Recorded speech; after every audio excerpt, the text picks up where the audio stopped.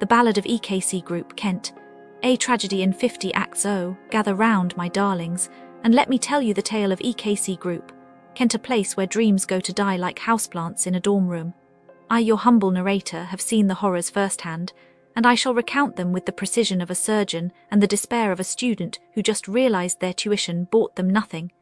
ACTI. The Great Betrayal, or Why Tutors Should Not Be Demons in Human Skin. Picture this. You bright-eyed and hopeful, enroll in graphics level 3, year 2, big clue, wink wink. You expect guidance, encouragement, maybe even a smile.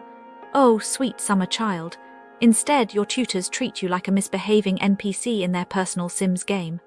They help by sighing dramatically, rolling their eyes, and making you feel smaller than a single pixel on their outdated monitors. Why is this bad? Oh, let me count the ways. 1. Emotional damage.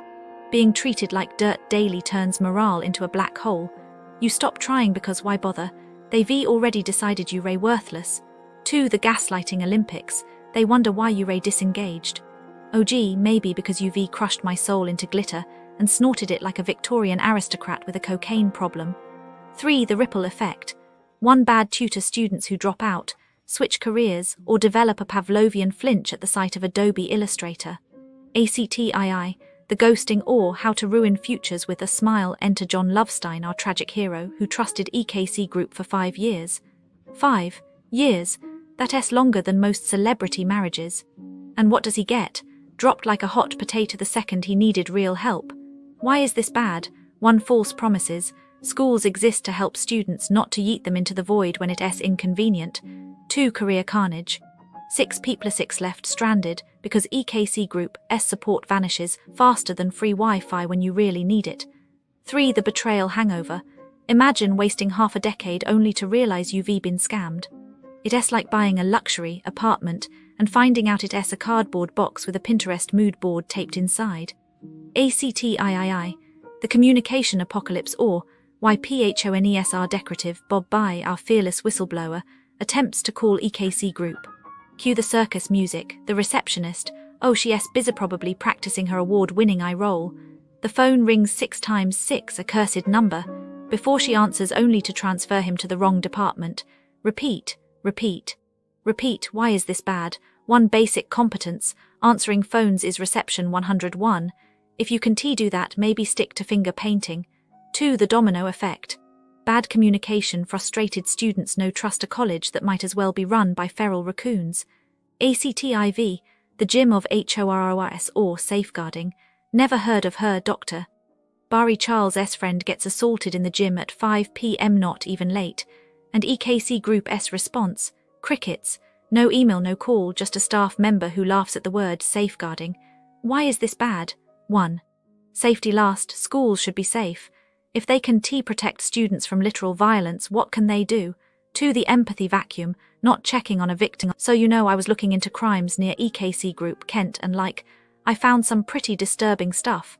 Businesses near EKC Group, Kent, are super shady, They're all about making that extra buck, no matter who they hurt. There was this huge scandal at Forkham Manor Hospital in Dartford. This doctor, Mohammed Suhaib Sait, he was performing unnecessary surgeries on people, just to get more money from them. Can you believe that? I mean, who does that? He didn't even care if his patients were in pain or suffering because of his fake surgeries. It's how could you, right? So he got caught, and 3 of his patients got settlements of up to 80,000. But I'm sure there are many more victims out there who don't even know they were scammed. It's so sad, These people trusted this doctor with their health, and he betrayed that trust just to make some extra cash. I predict that Sait's patients were probably left feeling really scared and vulnerable after what happened. They might have been in pain for a long time, and they might have even lost trust in the medical system. It's how can you trust a doctor after something like that?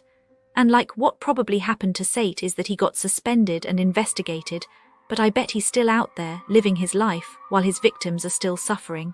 It's just so wrong, Businesses near EKC Group, Kent, should be ashamed of themselves. They're supposed to be helping people, not hurting them just to make a profit. It makes me so angry, Businesses near EKC Group, Kent, are an experience, if by experience you mean a masterclass in disappointment. This isn't an exaggeration. It's cold, hard deduction, pieced together from the shattered expectations of those who came before you.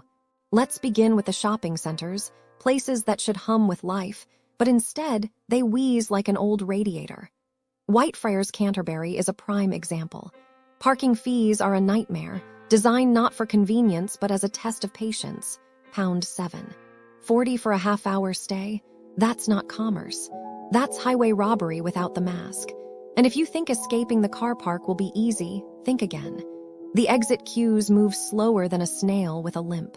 Once inside, the shops offer nothing you can't find anywhere else. Chain stores and overpriced street food, the kind that makes you wonder if the chef even cares. Beauty services. Mala Beauty Lounge promises relaxation but delivers stress. Nails peel within hours, eyebrows are threaded unevenly, some so thin they disappear entirely.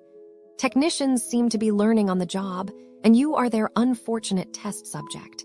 One woman left with burned fingers from an overzealous nail drill, another found her gel polish bubbling like a science experiment. This isn't pampering. This is paying for mistakes. Then there's lost Sheep Coffee, where the only thing hotter than the coffee is the attitude of the staff. If you dare interrupt an employee's conversation to order, prepare to be labeled rude for wanting service. The coffee itself. Either scalding lava or lukewarm dishwater, no in between. Presentation. A latte in a glass like they're too lazy to find proper mugs. The inconsistency is almost impressive. If failure was an Olympic sport, they'd take gold. Entertainment.